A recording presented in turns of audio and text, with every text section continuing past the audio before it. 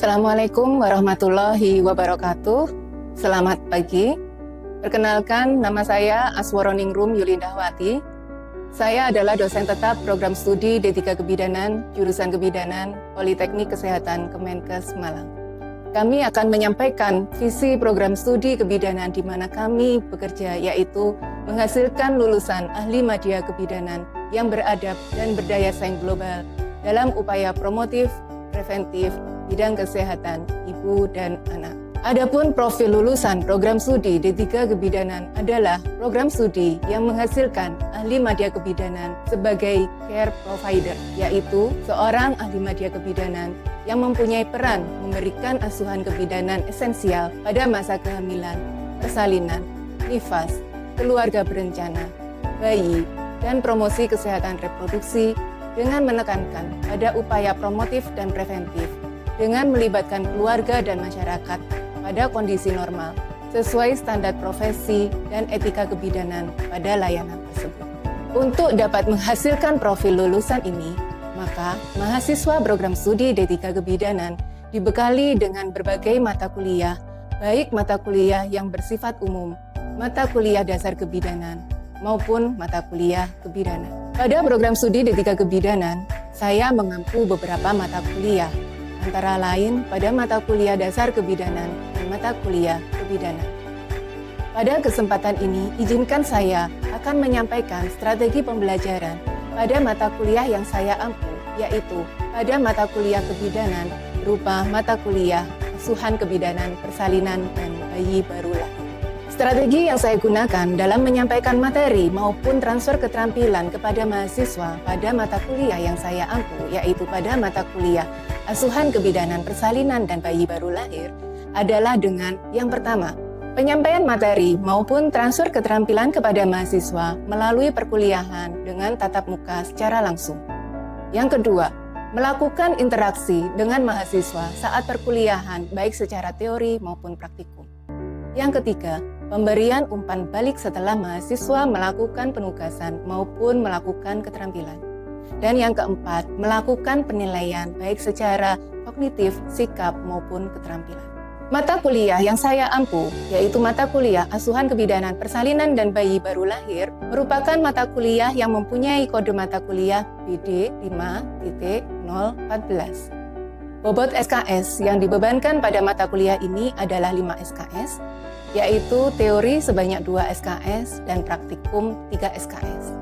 Adapun penempatan mata kuliah ini adalah pada semester 3. Capaian pembelajaran lulusan pada mata kuliah ini ada 5. Yang pertama, mahasiswa mampu menjalankan praktik kebidanan sesuai dengan kompetensi, kewenangan, dan kode etik profesi.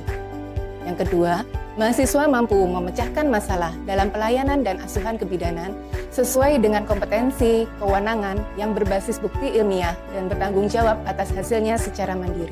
Yang ketiga, mahasiswa mampu melakukan asuhan kebidanan pada kehamilan dan persalinan normal, pasca persalinan normal, bayi dan balita normal, sesuai standar kompetensi bidang vokasi. Yang keempat, mahasiswa mampu menguasai pengetahuan tentang jenis, tanda, dan gejala, serta komplikasi pada masa kehamilan, persalinan, pasca persalinan, bayi baru lahir, bayi dan balita secara umum. Dan yang terakhir, mahasiswa mampu menguasai teori dan aplikatif ilmu dan asuhan kebidanan yang berfokus pada perempuan selama siklus kehidupan. Adapun deskripsi mata kuliah ini yaitu memberikan kemampuan kepada mahasiswa untuk memahami konsep persalinan dan bayi baru lahir sebagai dasar dalam memberikan asuhan kebidanan pada ibu bersalin dengan pendekatan manajemen kebidanan didasari konsep-konsep, sikap, dan keterampilan serta hasil evidence-based dalam persalinan yang menggunakan pendekatan komunitas, serta pendokumentasian asuhan kebidanan pada intranatal dan neonatal dengan pola pikir Varney dan didokumentasikan menggunakan metode SOAP. Bahan kajian pada mata kuliah ini yang pertama, konsep dasar persalinan. Yang kedua, menerapkan evidence-based dalam praktek persalinan. Yang ketiga, perubahan fisiologis dan psikologis ibu bersalin. 4, kebutuhan dasar ibu bersalin. 5, asuhan kebidanan pada ibu bersalin kala 1 sampai dengan 4. 6, penyulit dan komplikasi ibu bersalin. 7, adaptasi bayi segera setelah lahir. 8, asuhan pada bayi baru lahir dalam 2 jam pertama. 9. Memberikan asuhan kebidanan pada kasus intranatal dan neonatal sesuai prosedur dan kewenangan. 10. Melakukan pendokumentasian asuhan kebidanan pada kasus intranatal dan neonatal dengan metode Farmi. Referensi yang kami gunakan pada mata kuliah ini berasal dari buku utama kebidanan dan literatur penunjang yang berasal dari update hasil pelatihan seperti midwifery update, hasil penelitian dan pengapmas oleh dosen prodi kebidanan yang melibatkan dengan mahasiswa pada topik persalinan dan bayi baru lahir. Kemampuan akhir yang diharapkan dari mata kuliah ini adalah mahasiswa mampu menguasai teori dan aplikatif ilmu dan asuhan kebidanan, persalinan, dan bayi baru lahir sesuai dengan kode etik profesi. Yang kedua, mahasiswa mampu memberikan asuhan kebidanan pada persalinan dan bayi baru lahir sesuai dengan kompetensi bidang vokasi dan kewenangan yang berbasis bukti ilmiah. Ketiga, mahasiswa mampu mendokumentasikan asuhan kebidanan persalinan dan bayi baru lahir berbasis bukti ilmiah dan sesuai sistem rekam medis yang berlaku. Setelah mengetahui gambaran mata kuliah yang saya ampu, saya akan menyampaikan teknik pembelajaran yang saya sampaikan kepada mahasiswa Prodi D3 Kebidanan. Yang pertama adalah berupa transfer pengetahuan melalui tatap muka secara langsung yang terjadwal di kelas maupun laboratorium. Pada saat ini, kami juga menyerahkan daftar tilik keterampilan agar dapat dipelajari mahasiswa setelah mendapatkan teori agar mereka siap melaksanakan praktik. Kemudian pada pertemuan yang saya lakukan secara langsung di kelas, saya berupaya untuk menciptakan suasana interaktif antara mahasiswa dengan dosen maupun antar mahasiswa dengan cara pemberian beberapa video pembelajaran agar mahasiswa mengetahui tentang teori dari yang disampaikan. Kemudian, kami pun juga melakukan pembaruan materi dari beberapa pelatihan yang kami dapatkan, maupun dari penelitian dan pengapmas dari dosen, maupun dari masukan bidan reseptor klinik di wahana praktik pada saat mahasiswa melakukan kegiatan praktek klinik. Teknik pembelajaran selanjutnya yaitu transfer keterampilan. Pada saat ini, kami melakukan di laboratorium, baik laboratorium klasikal yang sasarannya adalah mahasiswa per kelas, dan juga laboratorium INC dengan sasaran adalah kelompok-kelompok kecil mahasiswa. Pada tahap ini, seluruh mahasiswa telah mempelajari daftar tilik keterampilan yang telah dibagikan pada awal pembelajaran teori. Adapun setting ruangan belajar agar mahasiswa dapat memperoleh keterampilan yang sesuai dengan yang diharapkan, penataan ruangan telah dibantu oleh PLP dan juga dosen yang bersangkutan saat melakukan kegiatan keterampilan tersebut, termasuk saya yang melakukan kegiatan itu. Untuk gambaran real setting di kamar bersalin, dibutuhkan untuk mahasiswa agar dapat memperoleh gambaran bagaimanakah tata laksana persalinan dan bayi baru lahir di kamar bersalin. Pada saat pemberian simulasi keterampilan, pada saat saya mendemonstrasikan keterampilan sesuai dengan daftar tilik keterampilan, mahasiswa saya berikan kesempatan untuk merekam kegiatan simulasi tersebut agar dapat dilihat dan dipelajari kembali saat mereka kembali ke rumah. Teknik keterampilan yang berikutnya yaitu pendampingan pada kelompok kecil yang berjumlah antara 12 sampai dengan 13 mahasiswa setiap kelompok. Pada saat ini, mahasiswa melakukan unjuk kerja keterampilan, artinya mensimulasikan ulang atas keterampilan yang telah mereka dapatkan secara klasikal. Kemudian secara bergantian mereka akan melakukan unjuk kerja dan diamati oleh mahasiswa yang tidak melakukan kegiatan. Setelah mahasiswa melakukan simulasi ulang, mahasiswa kami beri kesempatan untuk bisa memberikan ulasan atas hasil pengamatan terhadap teman yang melakukan unjuk kerja. Dan di akhir kegiatan ini, saya melakukan umpan balik kepada masing-masing mahasiswa atas keterampilan yang mungkin belum disampaikan oleh observer yang berupa keterampilan yang mungkin tidak dilakukan ataupun keterampilan yang secara kritikal harus mereka kerjakan. Kemudian, bagian akhir dari transfer keterampilan yang saya lakukan adalah memberikan kesempatan kepada mahasiswa untuk melakukan latihan secara mandiri atau lab skill dan memberikan kesempatan kepada mahasiswa bila mereka mengalami kesulitan atau kebingungan, maka mereka dapat melakukan konfirmasi kepada kami untuk dilakukan pendampingan kembali secara berkelompok. Kemudian bagian terakhir dari strategi pembelajaran yang saya lakukan adalah pemberian penilaian berupa asesmen keterampilan pada mata kuliah tersebut dengan menggunakan daftar tilik keterampilan yang telah didapatkan oleh mahasiswa. Sehingga mahasiswa mendapatkan penilaian yang bersifat objektif, transparan, dan adil. Dan pada saat penilaian ataupun asesmen ini, saya memberikan umpan balik yang terakhir atas beberapa keterampilan yang mungkin dilakukan secara berulang oleh mahasiswa ataupun keterampilan kritis yang memang tidak mereka sadari bahwa itu harus dilakukan agar tidak diulangi pada saat mereka melakukan uji PPK yaitu OSCE mata kuliah. Kemudian strategi yang terakhir dari rangkaian pembelajaran yang saya lakukan yaitu kegiatan penilaian dari mata kuliah ini. Mata kuliah ini proporsi penilaian terdiri dari UTS 15%, UAS 15%, penugasan 20%, dan praktikum 50%. Melalui penilaian ini, saya mampu untuk meyakinkan diri saya sendiri dan juga mahasiswa yang saya bimbing bahwa mereka mampu mempunyai kompetensi sesuai dengan kemampuan akhir yang telah ditetapkan dari rencana pembelajaran semester yang telah disiapkan. Dan mahasiswa mampu dan siap untuk mengaplikasikan pengetahuan dan keterampilan asuhan kebidanan persalinan dan bayi baru lahir di wahana praktik saat mereka mempunyai kesempatan untuk praktek klinik, magang, maupun saat mereka telah. Demikian penyampaian strategi pembelajaran. Untuk selanjutnya adalah cuplikan pada saat penyampaian pembelajaran. Assalamualaikum warahmatullahi wabarakatuh. Waalaikumsalam warahmatullahi wabarakatuh. Selamat pagi ya adik-adik. Bertemu lagi ya, Alhamdulillah kita masih bisa diberikan kesempatan waktu, kemudian juga kesehatan, sehingga kita masih bisa bertemu lagi dalam pertemuan yang minggu keberapa ini? Minggu ke-6. Oke, baik.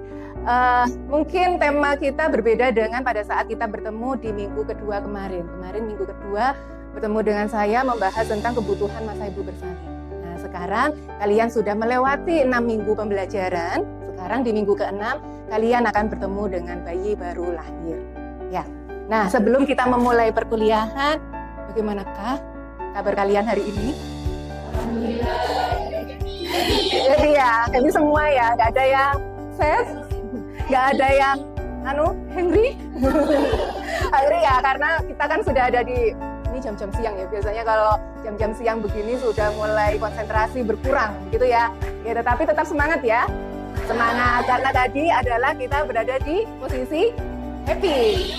Baik, siap untuk pelajaran hari ini ya? Ya. Oke, baik. Terima kasih. Untuk hasil belajar kita hari ini, yaitu kita ada di CPMK yang ke-8. Ya, artinya di sini mahasiswa diharapkan mampu melaksanakan asuhan persalinan bayi baru lahir, tapi hanya dibatasi 2 jam saja. Nanti untuk yang 6 jam akan diberikan oleh tim yang lain. Nah, kemudian di sini indikator hasil belajarnya adalah ada 2, Dek. Yang pertama adalah kalian nanti mampu untuk menjawab pertanyaan-pertanyaan yang muncul di UAS. Ya, kalau yang kemarin UTS ya, yang pada waktu ibu bersalin. Kalau yang sekarang nanti kalian akan diberikan soal pertanyaan di UAS. Bobotnya masih sama 3%, gitu ya. Kemudian yang berikutnya adalah mampu mempraktikkan keterampilan asuhan bayi baru lahir dalam 2 jam pertama.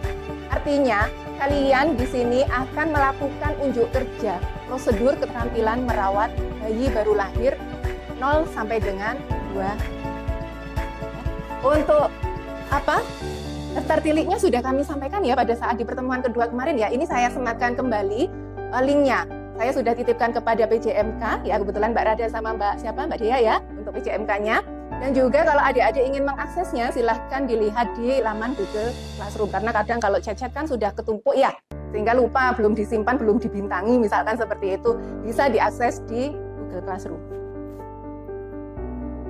Untuk materi pokok kita hari ini fokus untuk teori saja, begitu ya. Kita akan membahas tentang penilaian BBL normal. Asesmennya ya, asesmen begitu bayi itu lahir, sesaat dia dilahirkan. Kemudian yang kedua adalah inisiasi menyusu dini. Dan yang terakhir adalah pemeriksaan fisik bayi baru lahir dan pemberian profilaksis. Ya, oke. Profilaksis apa, Bu? Coba dibaca lagi di buku materi farmakologi ya, sudah semester 2 kemarin. Oke. Sekarang sudah siap ya? Siap. Oke, tepuk satu. Fokus ya berarti ya. Sekarang kita ke penilaian bayi baru lahir ataupun asesmen sesaat begitu bayi dilahirkan. Mohon adik-adik cermati video ini durasinya sekitar 1 menit. Amati video, kemudian nanti coba berikan ulasan apa yang kalian lihat dari video ini. Most of it is different, also there are also different. So nothing that is about this, they will respond. 1% 2% marking the registration can go back to and so sampai sebenarnya tak sendiri dan nanti dia start ke forward ke cara. So ini kalau kita langsung begitu kita.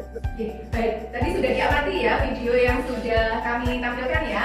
Kira-kira dari adik-adik sekalian ada yang bisa memberikan ulasan atas pengamatan yang tadi sudah disampaikan? Ya, silakan. Ini Estiara. Silakan.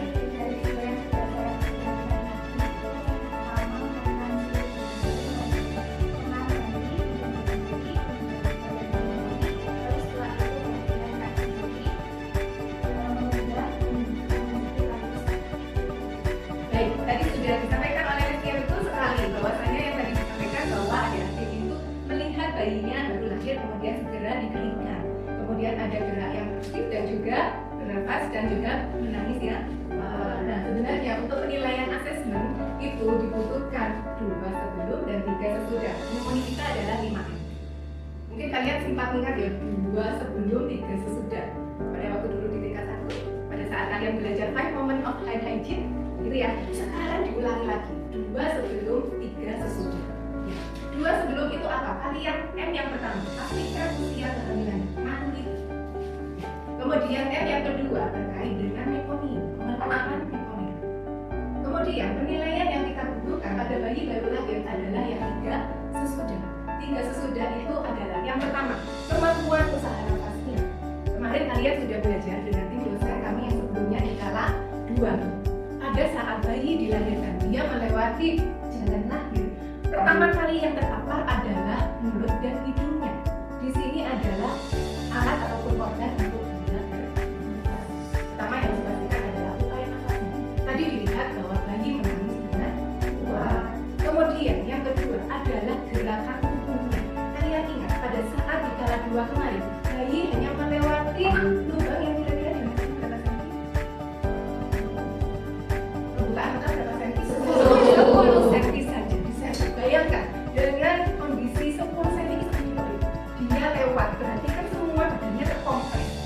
Iya kan? Makanya yang harus kalian amati yang kedua adalah pergerakan daripada ekstremitasnya, baik daerah tengah, kemudian daerah tangan dan daerah kaki. Kemudian yang ketiga ini sebenarnya juga tidak banyak yang melihat, tetapi kalian wajib untuk mengamati, yaitu pewarnaan kulit merah.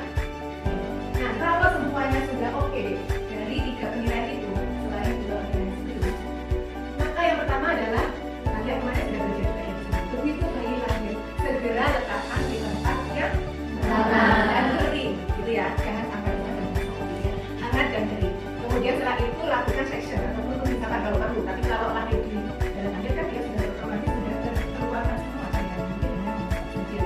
Kemudian yang berikutnya adalah kalian mengeringkan bayi. Jadi kalau misalkan handuk yang sudah disiapkan itu sudah basah, perlu mungkin basahnya sedikit ya, tetap saja ganti dengan kain yang kering. Ya. Kemudian yang berikutnya adalah melakukan istri bohong. Ya. Kemudian setelah itu jangan lupa di IMD kan. Bayi diletakkan di dada ibu. Kemudian setelah itu nanti 1 jam pertama bayi dilakukan pemeriksaan fisik, dilanjutkan dengan pemberian salep mata, kemudian diinjeksi dengan vitamin K, dan pada 1 jam yang berikutnya bayi mendapatkan imunisasi yaitu hepatitis B. Baik, sekarang kita ke sesi yang kedua, yaitu inisiasi menyusu dini. Mom, are you looking forward to hearing my first cry? It's my first instinct after birth, so that I can tell you that I'm breathing well. Now it's time for me to relax. A nurse puts a hat on my head and covers my back with a soft blanket.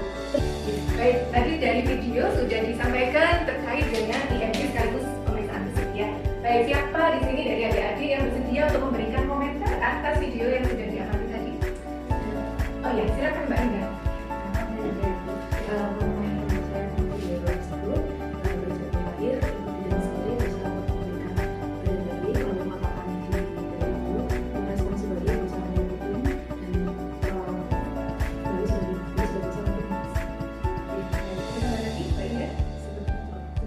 Baik, terima kasih ya tadi yang sudah disampaikan oleh Mbak Rinda atas pengamatan terhadap video tadi. Betul sekali adik-adik yang disampaikan oleh Mbak Rinda. Ya, bahwasanya tadi di video sudah disampaikan bidan begitu bayi lahir memberikan kesempatan bayi itu untuk istirahat sejenak. Ya, istirahat sejenak di dalam dada, maksudnya di permukaan dada. Kenapa? Karena pada saat dia di dalam lahir itu kan dekat dengan mati. Ya, makanya pada saat dia dilahirkan kembalikan lagi udaranya di dagu agar dia merasakan tenang karena kan dia capek berdiri melewati yang sedemikian sempitnya begitu ya, kemudian kayaknya sangat keras ya kan didorong lihatnya ya padahal dia kan mungkin tidak bisa gitu ya. Jadi dia ingin, tapi dia push untuk tetap kembali subscribe-nya sangat luar biasa. Oleh karena itu baik untuk bayi diberikan kesempatan untuk IMD dulu sejenak untuk istirahat, kemudian dia mengenali ibunya kembali dengan lingkungan yang sangat berbeda dengan yang di dalam rahim, dan kemudian dia akan melakukan aktivitas yang selanjutnya yaitu mencari nutrisi. Biomedication is provided within an hour of birth to decrease the risk of contracting congenital conjunctivitis. It is important to note, however, that the urgency used are not effective in preventing neonatal conjunctivitis due to chlamydia trachomatis. While 1 centimeter ribbon of film equipment, such as 0.5% of erythromycin, is placed in the lower conjunctival sac bilaterally, excess liquid can be wiped away 1 minute after application, when the eyes should not be rinsed. Bioapplication decreases efficacy and is thus contraindicated. Within 24 hours after Baik, dari video itu tadi ya sudah diamati juga ya. Kalau dari video yang terakhir, topik kita yang terakhir yaitu tentang pemeriksaan fisik dan profilaksis, ini saya hanya menekankan saja. Karena untuk pemeriksaan fisik sudah pernah kalian dapatkan pada saat materi keterampilan dasar kebidanan ya kalau nggak salah, atau KDM saya juga lupa. Tapi yang jelas itu sudah pernah adik-adik dapatkan untuk pemeriksaan fisik bayi baru lahir juga sama. Kemudian yang kedua terkait dengan profilaksis, yaitu pemberian obat salep mata dan juga vitamin K serta pemberian imunisasi HB0. Itu juga sudah pernah kalian dapatkan di mata kuliah farmakologi pada waktu semester 2 dan juga mata kuliah ANBB yang sekarang berjalan dengan INC ini ya kalau nggak salah. Nah, artinya begini, yang perlu kami tekankan di sini adalah yang pertama, pemberian salep mata, semua tindakan, pemberian salep mata, pemberian injeksi, itu kalian memang betul-betul wajib untuk lebih ke PI-nya, pencegahan infeksi. Walaupun dari awal sebenarnya PI juga tetap ya, tapi di sini karena ada tindakan yang bersifat invasif, intervensi, begitu, betul-betul kalian pastikan bahwa yang masuk ke dalam tubuh bayi tidak terkontaminasi. Kalau yang lain-lainnya tadi kan kalian cuma menyentuh aja ya, artinya kan mungkin bisa dimakan bayinya kalau misalkan kotor kan begitu ya. Tapi kalau ini sudah masuk ke dalam, dia ngambil kalau misalkan terkontaminasi. Ya, itu yang pertama kalian harus betul-betul pegang. Kemudian yang kedua adalah hati-hati pada saat terutama ini pemberian vitamin K. Di farmakologi, kalian kemarin sudah belajar tentang dosis obat. Jangan sampai kalian salah pengambilan dosis. Mengapa? Karena di sini sediaan untuk vitamin K bisa jadi sama dengan apa yang kita sediakan di laboratorium. Bisa jadi berbeda. Yang kalian harus pegang adalah dosisnya. Dosisnya adalah single dose 1 mg. Ya, sediaan apapun kalian harus tahu. Ya, tapi yang kalian ambil dosisnya hanya 1 mg. Gitu ya. Dan yang terakhir adalah pemberian hepatitis B. Hepatitis B Unicheck kalian nggak perlu menghitung dosis, mengambil obat karena sudah sediaannya Unicheck. Tinggal disuntikkan saja. Setengah cc, terus nggak usah mikir begitu ya. Tapi yang harus kalian pikirkan adalah ini dek, kalau ada ibu yang melahirkan kondisinya HbSAg-nya positif, dia terdeteksi menderita hepatitis B, maka kalian wajib untuk menyediakan imunoglobulin hepatitis B. Ya. Makanya kalian di kehamilan, nanti kalau ketemu ibu hamil, karena kalau bersalin kan pasti diawali dengan kehamilan, pastikan triple eliminasi dari ibu ini ada. Salah satunya kan ada hepatitis B, ya kan? Apa aja? HIV, hepatitis B, sama sifilis. Pastikan karena ini ketersediaannya ini harus tercatat, harus terlaporkan. Di mana? Di dinas kesehatan. Yo, jangan sampai bayinya ibunya punya hepatitis B, bayinya lahir ternyata di wilayah itu tidak disediakan nama seperti itu. Itu nanti yang repot juga. Ya, khusus untuk yang di sini, tolong kalian betul-betul amati apakah ibu sudah melakukan pemeriksaan triple eliminasi khususnya yaitu hepatitis B. Kalau belum, sebelum ibunya bersalin, minta bantuan dari tim lab untuk bisa menyediakan pemeriksaan. Ya, sehingga nanti bisa untuk dicarikan obatnya. HBIG-nya ini, Dek. HBIG ini. Ya, mungkin kalau kalian nanti di wahana praktek, kalian akan ketemu sama bidan, kalian pasti akan mendapatkan informasi itu. Sekarang kita masuk ke evaluasi ya. Tepuk 1. Sekarang dievaluasi. Di sini ada kasus saat bayi lahir, dia tidak segera ganti handuknya. Gitu ya. Menurut kalian ini kira-kira dia kehilangan panas secara apa dari 4 yang tadi? Yes, betul. Ada yang evaporasi? Ada yang radiasi?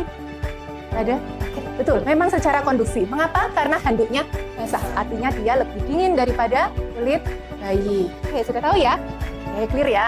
Sekarang yang kedua. Bila hanya ada satu tanda saja dari penilaian bayi baru lahir 3M tadi ya, menangis kuat, menggerakkan anggota tubuh, dan pewarnaan merah pada kulit, hanya ada satu saja tidak ada, apakah bayi itu masih bisa dikategorikan bayi yang bugar? Ya, yang ada yang jawab ya? Ragu-ragu? Iya, jelas. Jadi tadi untuk 3 tanda itu wajib ada semua. Satu saja tidak ada, maka kita bisa menyatakan bayi itu tidak bugar. Nanti akan diajari di tim Gadar ya, semester 5, semester 4 atau semester 5. Kalian akan diajari bagaimanakah penanganan pada bayi-bayi yang pada saat penilaian ada ditemukan 1 ataupun lebih dari 1 dia tidak memenuhi syarat bayi bugar. Sekarang evaluasi terakhir. Bila, nih, ingat ya, ini farmakologi pasti muncul ini. Sekarang di ini.